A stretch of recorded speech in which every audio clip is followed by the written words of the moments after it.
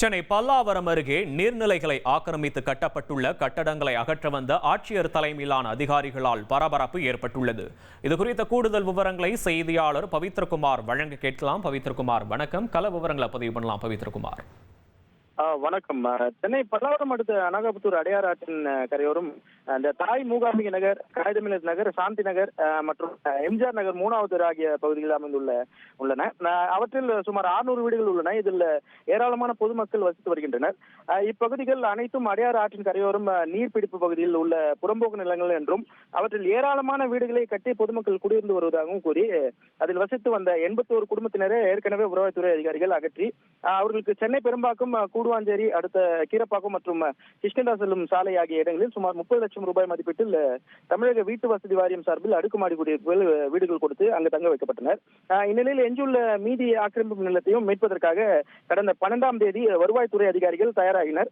இதுகுறித்த தகவல் இருந்ததும் அப்பகுதி பொதுமக்கள், ஆண்கள், பெண்கள் மற்றும் குழந்தைகள் என்று 100க்கும் மேற்பட்டோர் திடீரென ஒன்று கூடி அந்த கைகளில் பதாகைகள் ஏந்தியவாறு போராட்டத்தில் ஈடுபட்டனர். இதனால் தற்காலிகமாக ஆக்கிரமிப்பு அகற்றங்கள் அதிகாரிகள் அகற்றாமல் சென்றனர். இந்நிலையில் மீண்டும் இன்று காலையில் செங்கல்பட்டு மாவட்ட ஆட்சியர் அருண் தலைமையில் வருவாய்த்துறை அதிகாரிகள் அனகாபுத்தூர் அடையாறு ஆற்றின் கரையோரம் நீர்நிலைகளை ஆக்கிரமித்து கட்டப்பட்டிருந்த கட்டடங்களை அகற்றுவதற்காக தயார் நிலையில் இருந்து வந்தனர். மேலும் ஆக்கிரமிப்புகளை அகற்றுவதற்கு பொதுமக்கள் பலர் எதிர்ப்பு தெரிவிக்க கூடும் என்பதால் முன்னதாகவே துப்பாக்கி ஏந்திய போலீசார் 100க்கும் மேற்பட்டோர் பாதுகாப்பு பணியில் ஈடுபட்டிருந்தனர். இதனால் பகுதியில் எங்கும் பரபரப்பு சூழ்நிலை நிலவி வருகிறது.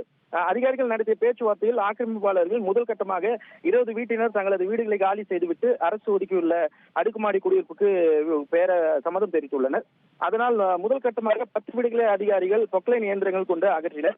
மீதமுள்ள வீடுகளையும் காலி செய்வதற்காக முயற்சியில் தொடர்ந்து அதிகாரிகள் ஈடுபட்டு வருகின்றனர். இதனிடையே இது குறித்த தகவல் இருந்ததும் அப்பகுதியில் சேர்ந்த அதிமுக, தேமுதிக, நாம் தமிழர் போன்ற பல்வேறு அரசியல் கட்சி பிரமுகர்கள் ஆக்கிரமிப்பாளர்கள் ஆதரவாக தொடர்ந்து பேச்சுவார்த்தையில் ஈடுபட்டு வருகின்றனர். இதுகுறித்து அப்பகுதி பொதுமக்கள் கூறுகையில், நாங்கள் கடந்த 60 ஆண்டுகளாக இந்த பகுதியில் குடியிருந்து வருகிறோம். எங்களது வாழ்வாதாரம் அனைத்தும் இப்பகுதியை சார்ந்ததே அமைந்துள்ளது. திடீரென்று எங்களை அப்புறப்படுத்தி எங்களது குடியிருப்புகளை அகற்ற நினைப்பது எந்த விதத்தில் நாங்கள் குடியிருந்து வரும் எங்களது குடியிருப்புகளை அகற்றாமல் உடனடியாக அரசு எங்களுக்கு பட்டா வழங்க வேண்டும் என்று கூறினர். இந்த ஆக்கிரமிப்புகள் அகற்றும் பணிகளால் பல்லாவரத்திலிருந்து குன்றத்தூர் செல்லும் பிரதான சாலையில் அனகாபுத்தூர் கடும் போக்குவரத்து நெரிசல் ஏற்பட்டுள்ளது. வாகனங்கள் அனைத்தும் ஊர்ந்து செல்கின்றன. விவரங்களுக்கு நன்றி பவித்ரகுமார். உங்கள் தந்திவன் தொலைக்காட்சியில் ஆத்மான் செவ்வாய்தோறும் இரவு 8 மணிக்கு காணத் தவறாதீர்கள்.